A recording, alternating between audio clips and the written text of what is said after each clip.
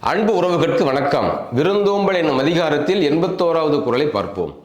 இருந்தோம்பி இல்வாழ்வதெல்லாம் விருந்தோம்பி வேளாண்மை செய்தற் பொருட்டு.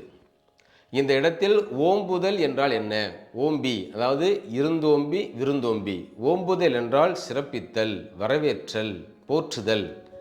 இருந்தோம்பி இல் வாழ்வதெல்லாம், இல் என்றால் வீடு, இல்லம்.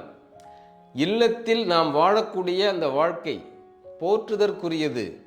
வீட்டில் உள்ள அந்த பொருள்களை எல்லாம் பாதுகாத்து போற்றுதலுக்குரியது. எதற்காக?